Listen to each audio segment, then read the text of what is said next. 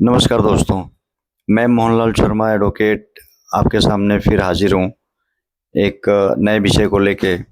और वो विषय बहुत ही संजीदा है और हमारे देश के करोड़ों लोगों को प्रभावित करता है। जी हाँ, हमारे जो आज के विषय हैं वो ये है कि जो कोर्ट के जजेस हैं हमारे देश में, चाहे डिस्ट्रिक्ट कोर्ट हो, हाई कोर्ट हो, सुप्रीम कोर्ट हो, इन जजेस के रिटायरमेंट के बाद जो सरकार इनको पद दे देती है आफ्टर रिटायरमेंट, पोस्ट दे देती है, किसी इंस्टीट्यूशन का, किसी दफ्तर का हेड बना देती है। तो ये बात समझ के परे है कि हमारा देश 140-45 करोड़ आबादी वाला देश है। बावजूद इसके इतने लोग पढ़े लिखे हैं, इतने वकील हैं जो सालों से 10 साल, 20 साल, 30 साल से प्रैक्टिस में हैं, काफ़ी अनुभवी हैं, कानून जानते हैं। और जो ये जजेस काम करते हैं कोर्ट में, वो वकीलों के दलील और आर्गुमेंट्स के बेसिस पे ही अपना डिसीजन देते हैं। उनका कोई अपना सेल्फ डिसीजन नहीं होता। वो दोनों साइड के वकीलों का बहस सुनने के बाद ही अपना निर्णय देते हैं। तो कहने का मतलब ये है कि अगर इस देश में इतने कॉम्पिटेंट लोग हैं, एक्सपर्टीज़ हैं, वकील हैं, तो उन वकीलों को अपॉइंट ना करके, नए लोगों को अपॉइंटमेंट ना दे के, आप रिटायर होने के बाद उनको दोबारा से पोस्ट दे देना, उनको दोबारा फ़ायदा पहुंचाना, ये बात बिल्कुल हमारे पब्लिक इंटरेस्ट में नहीं है। क्योंकि सरकार जो भी हो, वो जजेस को रिटायरमेंट के बाद पद देती है, तो नो डाउट वो अपने हिसाब के जो जजेस होते हैं या जो उनके फेवर के होते हैं, उन्हीं को अपॉइंट करते हैं। और इससे कोई भला नहीं होता, इससे कोई केस डिस्पोजल में कोई तेज़ी नहीं आती, केस जल्दी ख़त्म नहीं होता। अभी एक एग्जांपल मुझे याद है, डिस्ट्रिक्ट कोर्ट में कुछ रिटायर्ड जज को रखा गया था कि वो जो चेक बाउंस के केसेस हैं, उनको डिस्पोज ऑफ करने के लिए कि देश में, दिल्ली में चेक बाउंस के केस बहुत ज़्यादा हो रहे हैं, तो उनको एक जो रिटायर्ड डिस्ट्रिक्ट जज थे या कोई और जजेस थे, उनको स्पेशल जज चेक बाउंस के लिए बना के रखा हुआ था।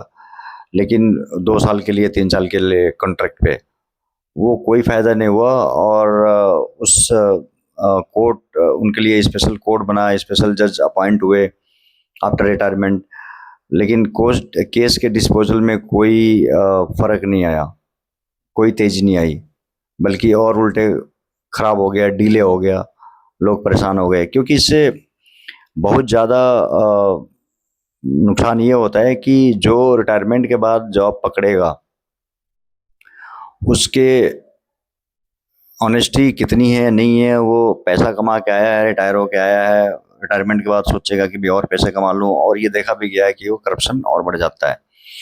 ऐसे ही सुप्रीम कोर्ट के जजेस होते हैं, रिटायर होने के बाद उनको पोस्ट दे दिया जाता है।